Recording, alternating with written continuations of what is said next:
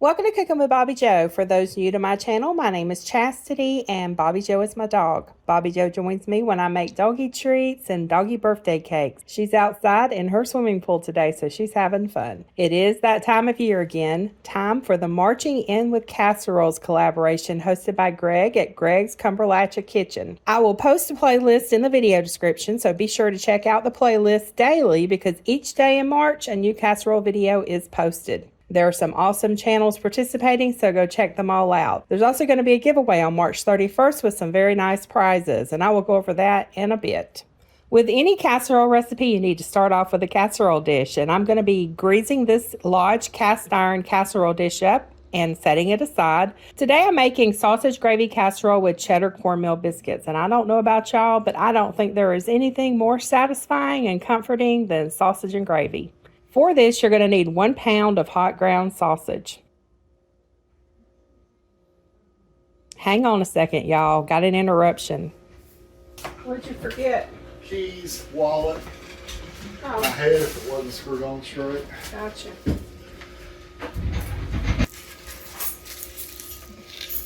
Seriously, I'll be back. Okay. Well, hope you find your way back. I hope I find my way out.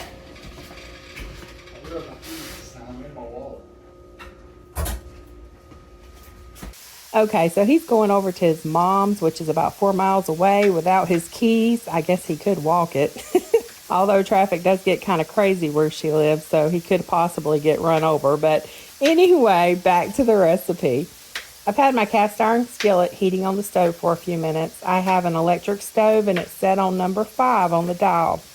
I'm going to brown the sausage, and once it's almost done, I add in about a 1/2 cup of chopped sweet onion and a 1/4 cup of chopped bell pepper. And I was going to go over all the ingredients before I did this, but I kind of got sidetracked when Steve came in the house, so I apologize. It takes about 10 minutes to brown the sausage and to get these veggies tender.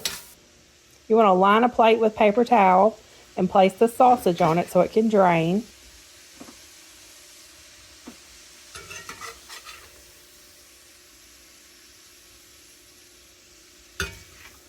And at this point, you can wipe the skillet clean, but I don't do that.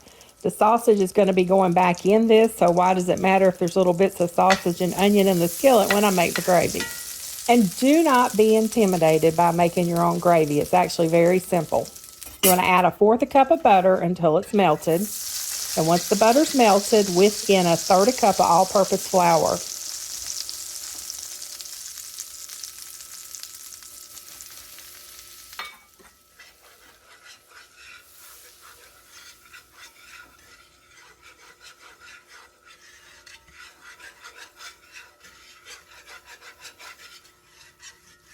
Cook it for about a minute, whisking it constantly.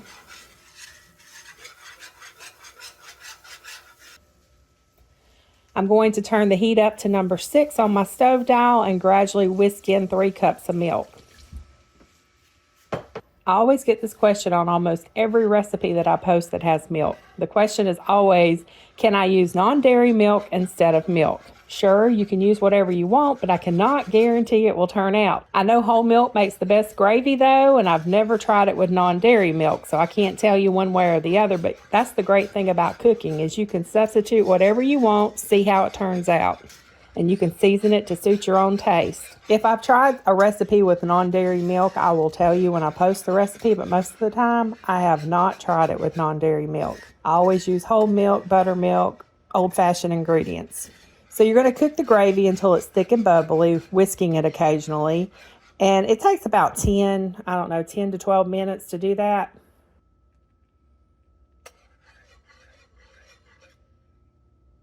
And I need to add the salt, and I almost forgot about the clove of garlic. I'm going to mince my garlic and add that in.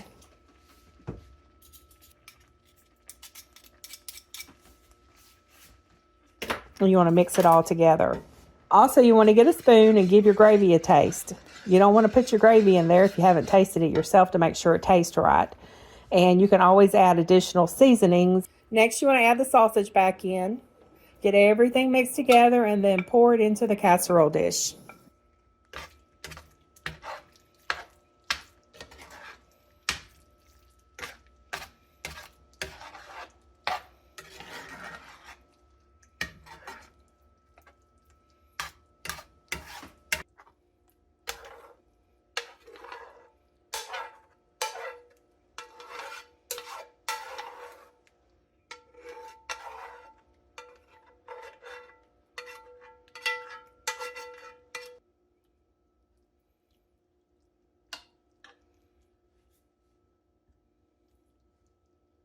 The gravy will cool down some when I make the biscuits, and this is what you're going to need for the biscuits. For the biscuits, you're going to need 1 3/4 cups of self-rising flour, 1/4 cup of plain yellow cornmeal. This is what the plain yellow cornmeal looks like. 1 cup of heavy whipping cream, 1/2 cup of cold butter. You want to cut it into pieces. 3/4 cup of sharp cheddar cheese. You want to shred it. 4 tablespoons of green onions chopped. Preheat the oven to 350 degrees. Whisk together the flour and cornmeal in a large mixing bowl and add the butter cubes and cut it into the flour mixture. And I'm going to be using a pastry blender, but you can also use a fork. You want to do this until the mixture is crumbly, and once it's crumbly looking, then you can add in the cheese and the chives and stir in the cream until everything's good and moistened.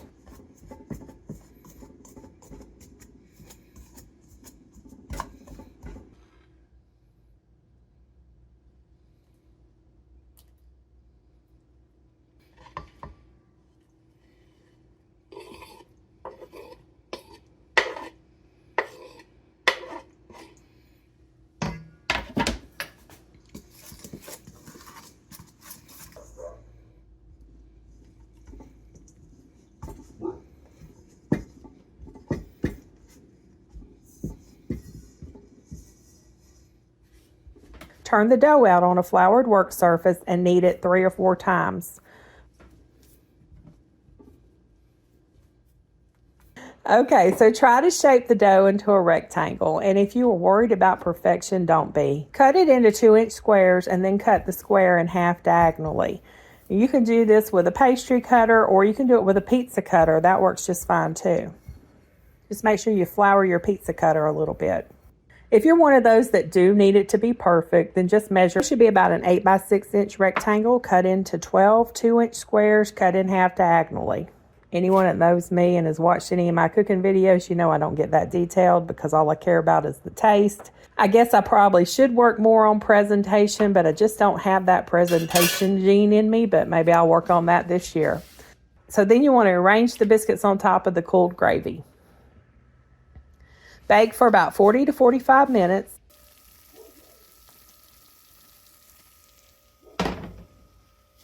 And then when you remove it from the oven, brush the tops of the biscuits with the melted butter.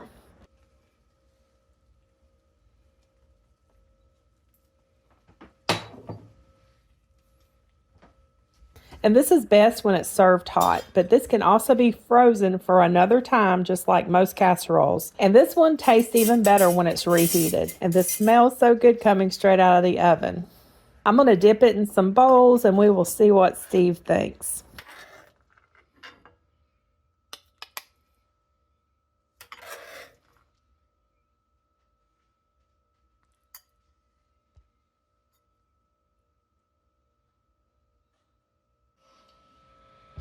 This is really good. My first impression was when I sat down and smelt it, it smells like pot pie.